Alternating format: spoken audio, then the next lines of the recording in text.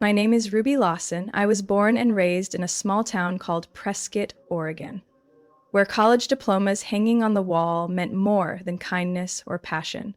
In my household, there was no room for vague dreams, only the plan: graduate with honors, get into a prestigious university, then pursue one of the so-called respectable careers: law, medicine, or academia. My father, Douglas, was a veteran political science lecturer at Oregon State University. He always stood straight, dressed sharply, and spoke as if he were constantly addressing a classroom. My mother, Linda, was the principal of the town's only high school. She believed that every mistake could be avoided if people just followed discipline and tradition. To them, the perfect child was my sister, Natalie Lawson. She could recite the Declaration of Independence at age 4 and got into Harvard Medical School at 18. When she announced her full-ride scholarship, the whole family threw a party. Relatives from all over came. My father raised his glass, eyes gleaming with pride. This is the future of America. That online business nonsense, just childish distractions. That comment was clearly aimed at me. I didn't hate studying, but from a young age, I was far more fascinated by what happened behind the screen than by copying theorems into a notebook. At 12, I fixed a neighbor's jammed printer in exchange for $10 and 2 movie tickets.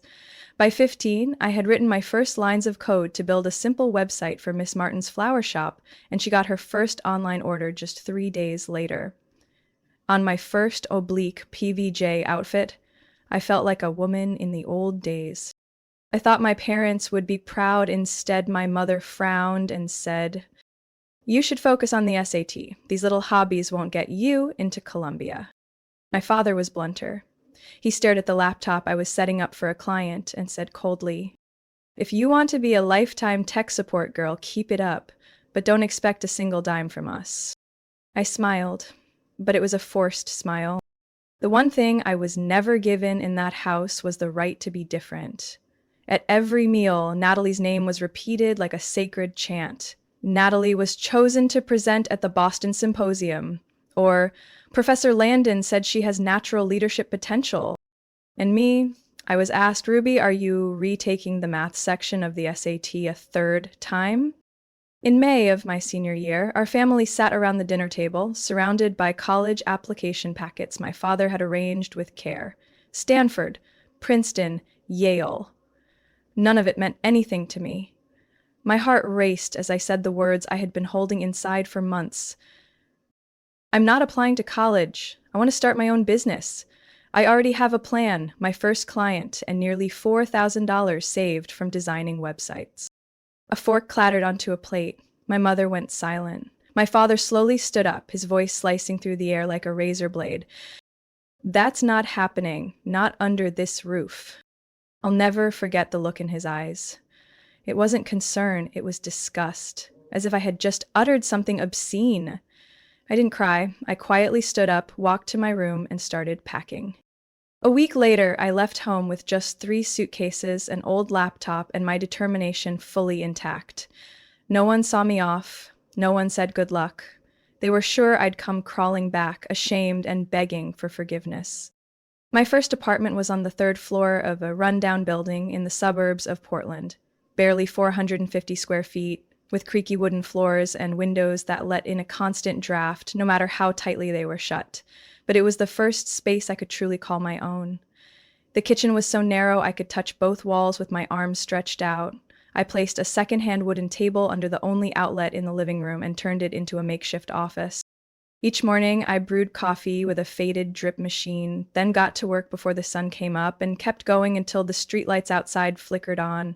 There was no salary, no family expectations, just me and a simple idea: helping local artisans sell their products online. I called the platform Rustic Cart.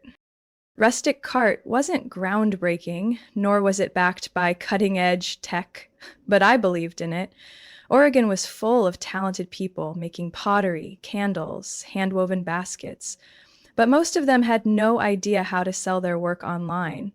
I built simple websites and took a 5% commission from every successful sale. The rest belonged entirely to the seller. In those early weeks, I coded by day and sent cold emails by night to small craft stores. Most never replied. Some asked, "What college are you attending?" When I said I'd never been to college, they fell silent. One even sent back a laughing emoji with the words, "Good luck with that." My bank account emptied faster than I expected. I lived on cup noodles, boiled eggs, and canned beans. Every night, I cranked the heater up to full blast, not just to chase away the cold, but to push back the creeping fear that was starting to seep into every corner of my mind. Once, I called my mother, just to hear her voice. But when I told her I hadn't gone back to school, her answer was immediate. "Then don't expect anyone to be waiting for you." I thought I had grown used to the coldness, but after that call, I sat on the floor of my apartment in silence for nearly an hour. 3 months after launching, Rustic Cart had exactly two clients. One was Josie, a soap maker. The other was Walter, an elderly wood carver who lived a 40-minute drive away. Walter called me computer girl and often got my name wrong. He thought it was Lucy, but he still paid me $20 a month to manage his orders. Thanks to them, I was able to cover my first month's electric bill without borrowing from a credit card. I thought things would gradually improve, but one February morning, while dropping off a shipment for Josie, I was rear-ended at the intersection of 15th and Broadway. No one was hurt, but my old Civic refused to start again. The repair estimate was nearly $800, a sum I didn't have. I sat in the middle of my living room, surrounded by rolls of packaging tape and unpaid invoices, wondering, what if I've made the wrong choice?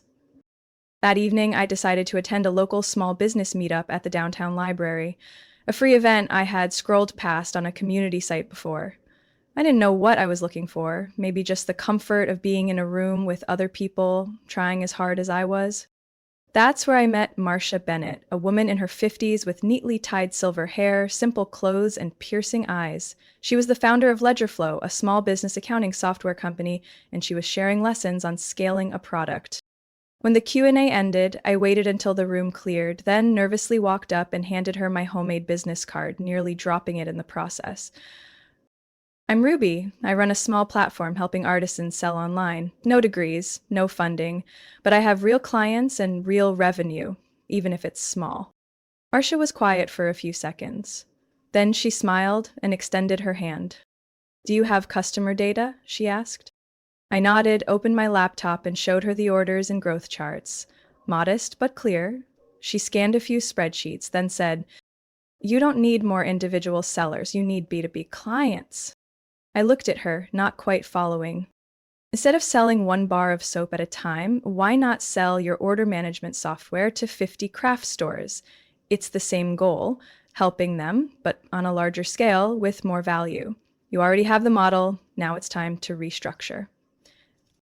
We talked until nearly 10 p.m. on the walk back. Even though my leg ached from the morning crash, I felt light. A door had opened, and I knew I was ready to walk through it. I renamed the company to Craft Logic Solutions right after my meeting with Marcia. The old name sounded too naive, no longer fitting for the direction we were headed. Under her mentorship, I pivoted from a consumer-facing retail platform to building supply chain management software, tailored specifically for small to mid-size artisan businesses, a market almost no one had tapped properly. The first month post-pivot, I averaged just 3 hours of sleep per night. I rewrote the entire system using a new framework and launched an email campaign targeting independent retail stores across the West Coast. Every new contract helped pay off my car repair debt, cover hosting expenses, and eventually hire a part-time intern, Jared, a UX design student I met at a community meetup. We worked out of my apartment, used boxes of instant noodles as makeshift desks, and hung a whiteboard on the fridge door. It was scrappy, but in that space, craft logic began to take form. By fall, after more than 100 failed cold calls, I received an email from the operations department of a handcrafted furniture chain called Maple and Sage. They had 36 locations across 6 states and were using outdated management software from the early 2000s. The sender, Rebecca Tran, wrote, simply, "Heard your software can track inventory per location. Send us a demo." I read that email 10 times. After 5 sleepless days, Jared and I built a live demo that simulated multi-location inventory and order management, featuring a clean dashboard, easy navigation, and intelligent alert systems. When Rebecca called back, she didn't hesitate. "We need this system deployed within 60 days. Can you deliver?" I glanced at Jared. He gave me a thumbs up. "Yes," I said. "But I'll need to meet with your tech team to integrate accounting and shipping APIs." "Where's your office?" she asked. I swallowed hard. "We're remote at the moment, but I can fly to Maple and Sage's headquarters in Denver whenever you need."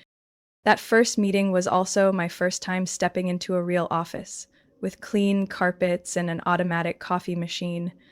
I wore a borrowed blazer and slightly worn shoes, but I stood tall, answering every technical question with the confidence forged in long nights coding on a beat-up laptop. The final contract was signed for $420,000, with $150,000 paid up front to start implementation. I didn't cry. I just sat motionless in the taxi back to my hotel, staring out the window, clutching my backpack like it held an entire new chapter of my life. From that moment, everything changed rapidly. After delivering on our first project, Maple and Sage referred us to 3 more chains, one of them being Craft Hub, a large craft materials supermarket chain based in California. They signed a full system deployment contract for $630,000. I officially incorporated the company in Oregon, rented our first office in Beaverton, and hired 5 full-time employees: software engineers, a project manager, and an in-house accountant. Within 2 years, CraftLogic had offices in Portland, Denver, and San Diego. We served over 60 retail chains, and the platform evolved into a full ecosystem, handling everything from order management and inventory tracking to shipping integration and customer behavior analytics. In our third year, revenue surpassed $1.2 million, with net profit clearing $300,000. By year 4, I was invited to speak at the Women in Tech West Coast Conference, where I shared how simple software tools could transform traditional industries. After my speech, a middle-aged man approached me and handed me his business card with both hands. "I'm Michael Davis, Chief Strategy Officer at Bright Axis Ventures. We've been following CraftLogic since earlier this year. If you're open to an M&A conversation, we have a proposal." I smiled and accepted his card, but made no promises. The following week, I received 3 more acquisition offers. The highest one valued the company at $36 million, an amount that stunned our entire team. Jared blurted out, "If you sell, I'd be happy for you, but please don't. We're not finished." I looked up at the development roadmap pinned to our meeting room wall, where we used colorful sticky notes to track feature modules. I knew exactly where we were and where we were going. I declined all 3 offers, not because the money wasn't enough, but because CraftLogic wasn't just a company. It was proof of the path I chose, the path my family once completely rejected. Selling it now would have felt like sitting back at that old dinner table, silent under their judgmental eyes, nodding in defeat. Even as the company thrived, I maintained an almost extreme level of discretion in my personal life. I still drove my old Subaru, lived in a modest 2-bedroom apartment in Beaverton, and whenever someone asked about work, I simply said, "I build small software tools for craft shops." My family, predictable as ever, only seemed to remember me when discussing disappointment. My mom still called once a month, not to check in, but to update me on how Natalie had just been appointed chief resident at a major hospital in Seattle, or how her husband had published another biochemistry paper in a science journal. I learned to smile and stay silent, but everything changed when my father, Douglas, was laid off after 28 years teaching political science at Oregon State University. Budget cuts eliminated his department, and at 61, he abruptly lost his main source of income. 1 week later, my mother was diagnosed with an autoimmune thyroid disorder requiring long-term treatment with specialty medication not covered by insurance. When Natalie heard the news, she gave a flat response. "I'm swamped at the hospital too. I can't help." I sat quietly in my office, staring at a bank statement my mother accidentally sent to an old email address I still had access to. One line stood out: this month's mortgage payment not received, overdue by 16 days. Just below that, a prescription bill totaling nearly $1,800. No one in the family reached out for help.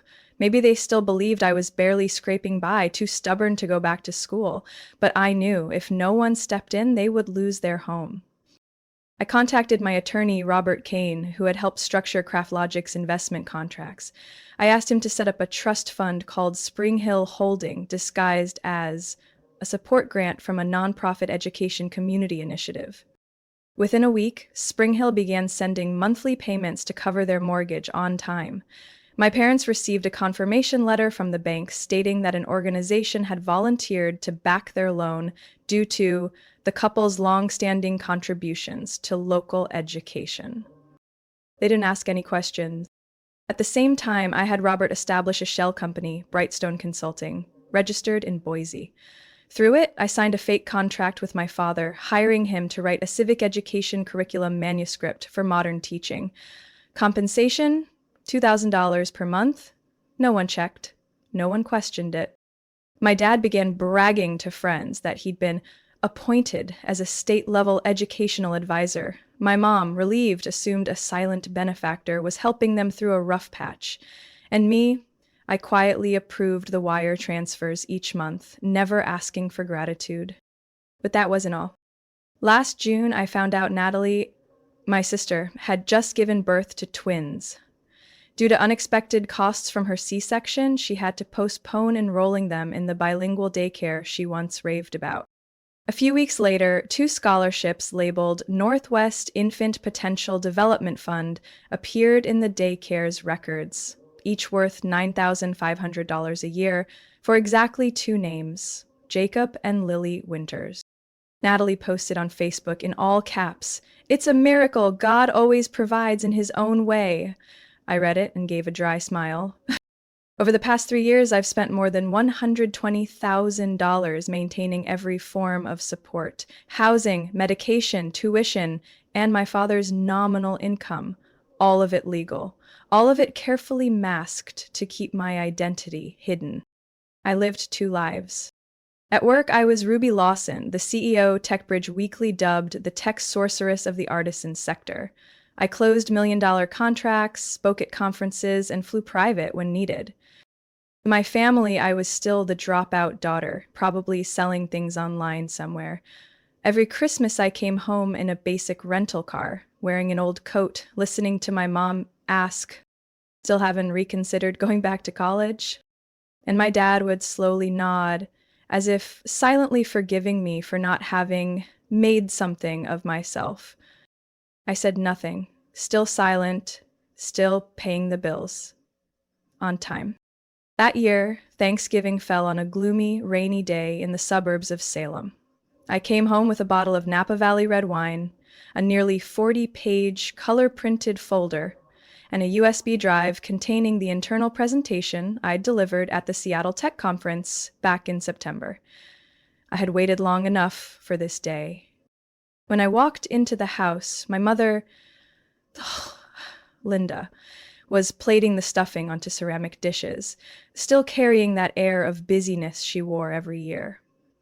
My father, Douglas, sat in his armchair with the business section of the newspaper spread across his lap, giving me a slight nod instead of a greeting.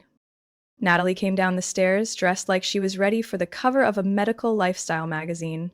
Her husband, Matthew, had just unbuckled the twins from their booster seats and whispered, "Let's not let the kids mess with Aunt Ruby's weird laptop again. Nobody wants their kid coding by age 3. As I didn't react, just gave a faint smile. Dinner started at exactly 6 p.m., as usual. My mother raised a toast to health and family unity. As expected, my father stood next to deliver a 3-minute speech on Natalie's contributions to the medical field. How lucky we were to have Matthew, an ideal son-in-law who values knowledge, and the joy of watching their grandchildren exceed developmental benchmarks. But not a single word about me. As everyone began carving into the turkey, I gently placed the stack of documents on the table. right in front of my parents. I'd like to share something today. My mother paused, frowning as if I'd just spilled gravy on the tablecloth. Natalie glanced at the papers, lips pressed together with suspicion. I pulled one sheet from the stack and laid it open on the table, a copy of TechBridge Weekly, centerfold featuring a rare photo of me smiling, the headline in bold. Ruby Lawson, founder and CEO of CraftLogic Solution, the software platform reshaping America's artisan market. My father picked up the magazine, flipping through it like he was searching for signs of forgery. "Where did you get this?" he asked, his tone colder than the wind outside. "From my own life. I've been running CraftLogic for 8 years now. The company employs over 180 people across 3 cities. It's currently valued at $47 million. And Mom, Dad, I'm the one behind every bit of support this family has received over the past 4 years." I opened the folder. Bank transfer records from Spring Hill Holding to their mortgage lender. Health insurance documents for my mom funded by a private trust. A fake contract from Brightstone Consulting issuing my dad a monthly salary. And scholarship award letters granted to Jacob and Lily. All with proof. The room froze. My father pushed back his chair and stood abruptly, face flushed. "You're making this up. A college dropout with no credentials suddenly becomes a software millionaire? Lie to the world, but don't insult our intelligence. You're the one lying to yourself." I stayed quiet because I thought the family needed to keep its pride. But I'm tired. Tired of hiding everything just to be tolerated in this house. My mother whispered, as if afraid of her own voice. "Why didn't you tell us sooner?" I looked at her, answering slowly. "Because every time I spoke, you looked at me like I was an outsider, like I didn't belong. So I chose to help without asking for acknowledgement." Natalie leaned forward on her elbows, coldly interjecting, "I've worked 14-hour days to become a doctor. And you write code at home and suddenly you're a celebrated CEO? That's laughable. I don't deny your hard work. But you're not the only one who's struggled. I've fallen asleep on my keyboard, eaten dry ramen because I couldn't afford to boil water. I built this from nothing." My father slammed his hand on the table. "Enough! I don't want to hear another word. You're a fraud. A disgrace to this family. Someone like you could only make money through deceit." I stood up. I didn't yell. I didn't cry. "So that's it. You don't want to know who I really am. You just want the ideal version of me that you made up. Fine." I gathered the documents, placing them carefully back in my bag. As I turned toward the door, my mother gently grabbed my wrist. "Ruby, what about next month's support?" I looked at her, my voice barely above a breath. "Mom, people who see me as a disgrace can't keep living off my money. As of today, it ends." Stepped out of the house where I had always been seen as nothing more than a burden. It was still raining, but every drop that fell on my shoulders felt impossibly light. I left Salem the very next morning. No letters, no messages. My flight to Florida departed at 6:15 a.m. from PDX. I sat by the window, watching the thin clouds dissolve over the Oregon sky I once thought I belonged to. Not anymore. 3 years ago, I bought a vacation home on the outskirts of Clearwater, just off the Tampa coast. A 3-bedroom house with a red tile roof, white paint, and a backyard full of grapefruit trees and lavender. Until now, I only visited it on rare occasions when I needed to escape the whirlwind of work. But this time, I wasn't there to take a break. I came to start over. During the first week, I cleared out the entire vacation rental interior, cheap printed art, clunky faux antique furniture, and lifeless decor. I hired a local interior architect, Elena, to transform the house into a real home, bright, clean, modern, and grounded. A place where I could breathe and just be. Meanwhile, I authorized Robert Mayatarati to send official notices to each relevant party, terminating all previously arranged financial supports. Spring Hill Funds ceased all mortgage payments on the house in Salem. Brightstone terminated its consulting contract with Mr. Douglas Lawson. The special scholarships for Natalie's children would not be renewed next year. No explanations. None needed. I didn't owe them anything anymore.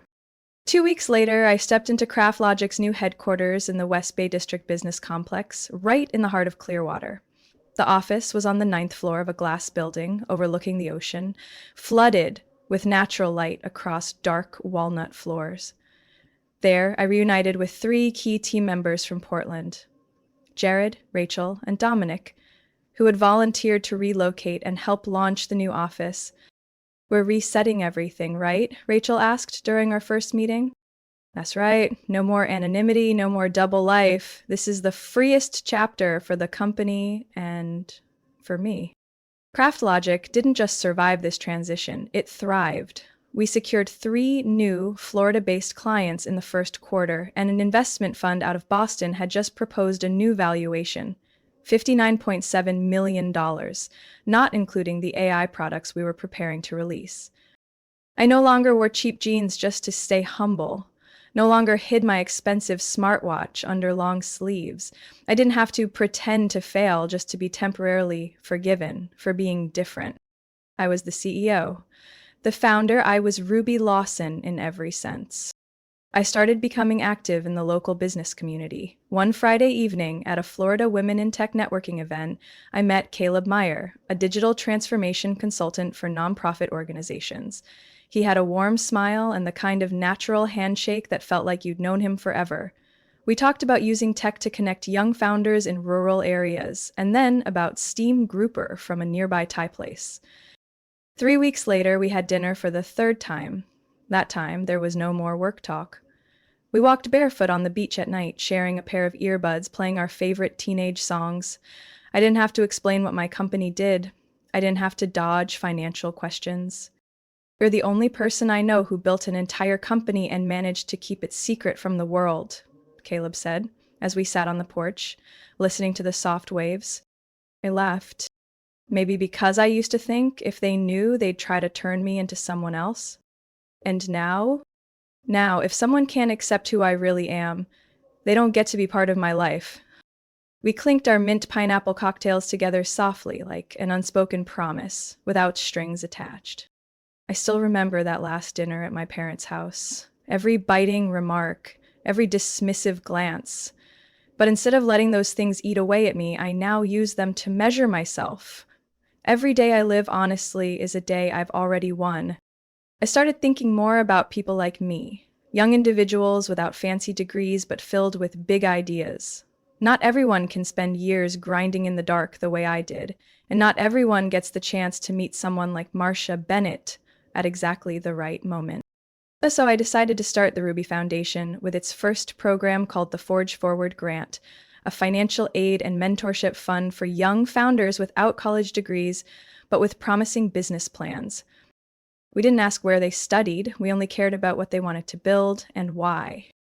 The fund's announcement took place in a small auditorium at the Clearwater Tech Hub under the warm April sun and the scent of fresh roasted coffee from the corner stand. I stepped onto the stage with no papers, no teleprompter, just me. Here are people who can craft the perfect wooden chair at 16, others who develop content filtering algorithms without taking a single hour of computer science. If we deny them a chance just because they don't have the right diploma, then we're the ones lacking. We received nearly 500 applications in just the first 6 weeks.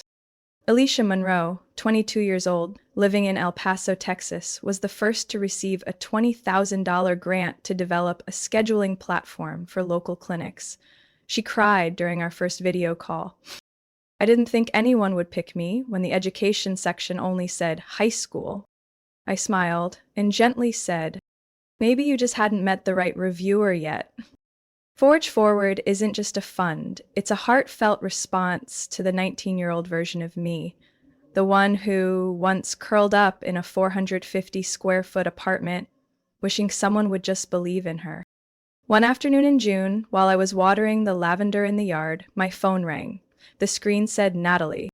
I was going to let it go to voicemail, but then I answered. "It's me," she said. Her voice wasn't sharp anymore. It was lower, slightly shaky.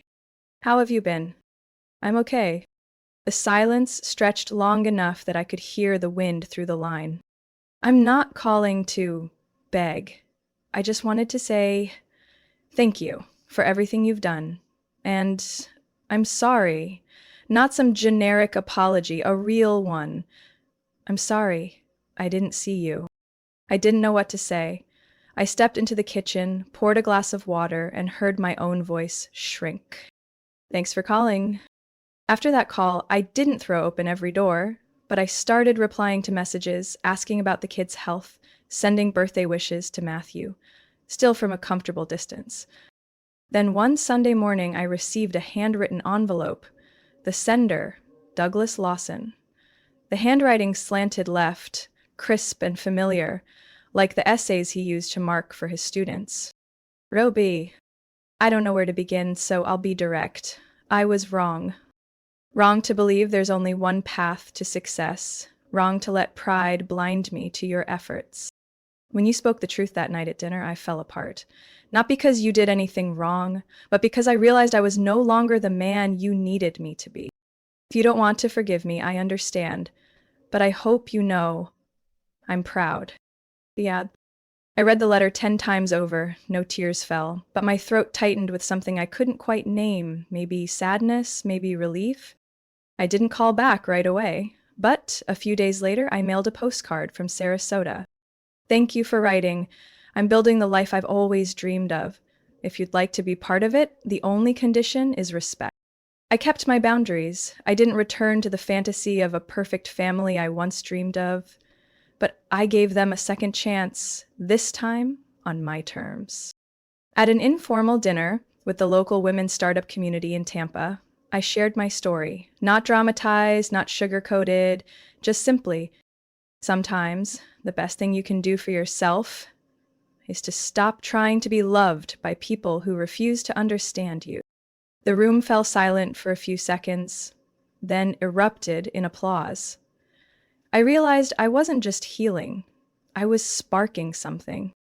One early summer afternoon, I was reading the paper on the back porch when my phone rang. The screen read, "Call from landline, Salem, or." I almost let it go to voicemail, like I had many times before, but something in my gut told me to answer. A soft voice came through, carefully choosing each word. "It's Mom, Linda." I didn't respond right away. She took a deep breath and continued. "Your father and I are planning to come to Florida next month. We were wondering if we could see you." A question light as the breeze, yet each word pressed heavy against my chest. 2 years ago, I was called a disgrace, and now they wanted to meet. Not to borrow money, not for medical reasons, just to meet. "In what capacity do you want to see me?" I asked, calm. "As the daughter you once cast out, or the CEO no one can ignore anymore?" "As my daughter, just my daughter, if you'll allow it." I didn't give an answer that day. I needed time, not to forgive, but to ask myself whether there was anything left that I even needed from that meeting. 3 weeks later, I chose a small coffee shop by the shore in Clearwater, where the ocean breeze rustled the palm trees like a soft soundtrack. I arrived early, chose an outdoor table, ordered a cold brew, and waited. At exactly 9 a.m., my parents arrived. Douglas walked more slowly than I remembered, his hair nearly all white. Mom wore a beige floral dress, her face softer than it used to be. They sat down. Silence lingered for nearly a minute. I didn't feel nervous. My heart didn't tighten like it once had. I just sat there, steady like the still water of the bay before me. My father broke the silence first. "I read your recent interview in Founders Weekly. What you've built, it's very impressive." I nodded, unsmiling. "Thank you." Mom placed her hand gently on the table. "It took us a long time to understand that you never needed to be anyone's copy." "No," I cut in, looking her directly in the eyes. "You don't need to say that if it's not true. I didn't come here for another polished speech." She lowered her eyes. In that rare moment, I saw my mother, the woman who used rules to control everything, finally unable to control this. My father fell quiet, then said, "You once asked me, if I didn't see you as the pride of this family, then what was I seeing? Today I want to answer, you're proof that I was wrong." Didn't expect words like that, but I didn't let them define me either. Dad, Mom, I no longer live for approval. I didn't build this life to earn praise or seek redemption. I've spent the past 2 years living more truthfully, more fully, and nothing about that makes me want to go back to any older version of myself. Mom nodded. Not with anger, not in protest, just nodded. We stayed another 20 minutes, talked about the weather, the new seaside park, and Natalie's kids, even though I wasn't ready to see them yet. As we left the cafe, Mom reached out to hug me. Not too tightly, no tears, but long enough for me to feel, for the first time, that she was hugging me without trying to mold me into anything. They flew back to Salem that evening. I didn't wave goodbye. I didn't look back. I walked along the shore and texted Caleb. I did it. He called right away. Did what? I sat in front of them with no anger, no need, and still fully myself. His voice softened. Then you've already won, Ruby. Every Sunday night, I host a small dinner in my backyard. A long table, string lights glowing, homemade bread, and shared wine. There's Caleb. There's Jared. They're young founders from the Forge Forward Fund. We don't talk about payroll or valuations. We talk about purpose, about choices, and about living life with honesty. I don't need a family to take me back. I have a community that chose to stand with me from the beginning, no conditions. And I understand now, more clearly than ever, no one needs to be born into a perfect family to live a full life. They only need the courage to create it for themselves. I didn't forgive because they changed. I forgave so I could be free. And for the first time in my life, I'm not moving forward to prove anything. I'm moving forward because I'm already whole. Ruby's story isn't just about building a successful startup. It's a powerful reminder that self-worth doesn't come from family approval or prestigious degrees.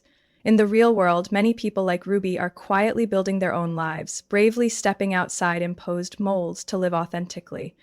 Healing doesn't always come from being forgiven. It comes from choosing not to endure anymore. Success isn't about proving something. It's about living freely, honestly, and without fear. What do you think about Ruby's choice? Would you dare to live your truth, even if it meant giving up your family's approval? Share your thoughts below, and don't forget to follow the channel for more powerful stories about family.